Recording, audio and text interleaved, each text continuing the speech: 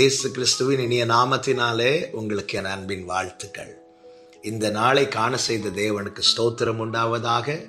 கிருபையா இந்த நாளை காண பண்ணி இருக்கிறார். கர்த்தர் ஒவ்வொருவரையும் பாதுகாத்து நடத்துவாராக. எபேசியர் 5வது அதிகாரத்தின் 7வது வசனம். அவர்களுக்கு பங்காளிகளாகாதிருங்கள். கர்த்தருக்கு மகிமை உண்டாவதாக. தம்முடைய ஜனத்துக்கு கர்த்தர் தம்முடைய தாசனை கொண்டு எழுதின வார்த்தை. ஒரு தேவ பிள்ளைக்கு முக்கியமான காரியங்களில் ஒன்றுதான் ஐக்கியம். எல்லாரிடத்திலும் அன்பா இருக்க வேண்டும். ஆனால் யாரோடு ஐக்கியம் கொள்ளுகிறோம் என்பதில் கவனமா இருக்க வேண்டும். அந்நிய நுகத்திலே இணைக்கப்படக்கூடாது என்று வேதம் சொல்லுகிறது. துன்மார்க்கருடைய ஆலோசனையில் நடக்கக்கூடாது. பரியாசக்காரர் உட்காரும் இடத்துல உட்காரக்கூடாது. பாவிகளுடைய வழியில நிற்கக்கூடாது. இதெல்லாம் ஏன் வேதம் நமக்கு எழுதி காண்பிக்கிறது தெரியுமா? ஐக்கியம் மிக மிக அவசியமானது. காரணம், எப்படி விழுங்கலாம், எவனை விழுத்தள்ளலாம், இதுதான் பிசாசின் தந்திரம். யாருக்குள்ளே எப்பொழுது அவன் புகுந்து தேவ பிள்ளைகளை தள்ளிவிடலாம் என்பதை தான் அவன் கவனமாய் அந்த காரியத்தை செய்து கொண்டிருக்கிறான். அதற்கு மிக சிறந்த உதாரணம், இயேசு தம்முடைய சீஷர்களோடு பந்தியில் இருந்தபோது யூதாஸ் காரியோத் இயேசுவுக்கு விரோதமாகி செயல்படுகிற கூட்டத்தோடு ஐக்கியம் கொள்ளுகிறான். அந்த ஐக்கியத்தின் அடையாளமாக 30 வெள்ளி காசை வாங்கி கொள்ளுகிறான். வாங்கி கொண்ட பிறகு அவன் வந்து இந்த கூட்டத்தில் அமர்ந்து கொள்ளுகிறான். வேதம் சொல்லுகிறது, சாத்தான் யூதாசுக்குள் புகுந்தான். எதற்காக? இயேசுவுக்கு எதிராய் செயல்பட வைக்க. இதையெல்லாம் வேதம் நமக்கு காண்பித்து தருகிறது. என கேட்கிற அன்பு சகோதர சகோதரி, நாம் நித்தியத்துக்கென்று நியமிக்கப்பட்டவர்கள் என்பதை மறக்கக்கூடாது. நம்மை தேவன் முன்குறித்து அழைத்திருக்கிறார்.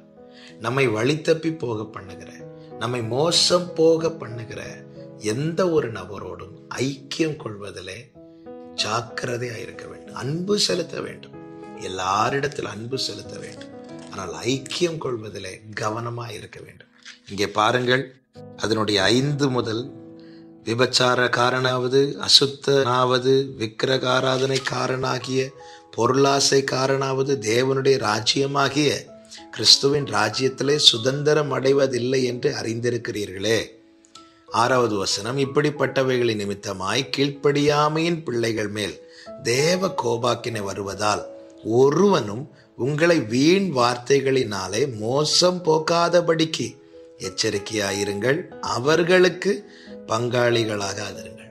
நாம் ஆண்டவருக்கு அடுத்த காரியத்துல விரும்பி நம்ம ஈடுபடுத்தி கொண்டிருக்கும் போது அதிலிருந்து நம்மை பின்வாங்க வைக்கும்படியாக நம்மோடு யாராவது பேசுவாங்கன்னா அவங்களுக்கு பங்காளிகள் ஆகக்கூடாது. இதுதான் வேதம் சொல்லுகிறது. நம்ம கிட்ட ஒருத்தங்க பழகுறாங்க, பேசுறாங்க, நெருங்கி இருக்கிறாங்க, அதிக நேரம் ஸ்பெண்ட் பண்றாங்க. அவர்களோடு இருக்கிற நட்பு நிமித்தமாய் நாம் தேவனை விட்டு தூரம் போவோமானால் அந்த நட்பு நம்மை மோசம் போக்குகிற நட்பு என்பதை மறந்துவிடக்கூடாது. அது எந்த நட்பா இருந்தாலும் சரி, அதை துண்டிக்க வேண்டும். அதை தான் வேதம் சொல்லுகிறது, அவர்களுக்கு பங்காளிகளாகாதிருங்கள். அப்படிப்பட்டவர்கள் நின்று விலகி கொள்ளுங்கள். காரணம், பிசாசானவன் அவர்கள் மூலமாய் உங்களை வஞ்சிக்க பார்க்கிறான். கர்த்தர் ஒவ்வொருவருக்கும் வேண்டிய கிருபைகளையும் உணர்வுள்ள இருதயத்தை தந்து பாதுகாத்து நடத்துவாராக. செபிக்கலாம். எங்கள் நல்ல தகப்பனை, இரக்கமுள்ள பிதாவே, எங்கள் வாழ்க்கையிலே அப்பா, எங்கள் வாழ்க்கையின் வட்டத்துக்குள்ளே அப்பா, எங்களை மோசம் போக பண்ணுகிற எந்த ஒரு நபரும் வராதபடிக்கு நீர் வேலி அடைத்து காத்து கொள்வீராக. நீர் எங்கள் ஒவ்வொருவரையும் நடத்துவீராக.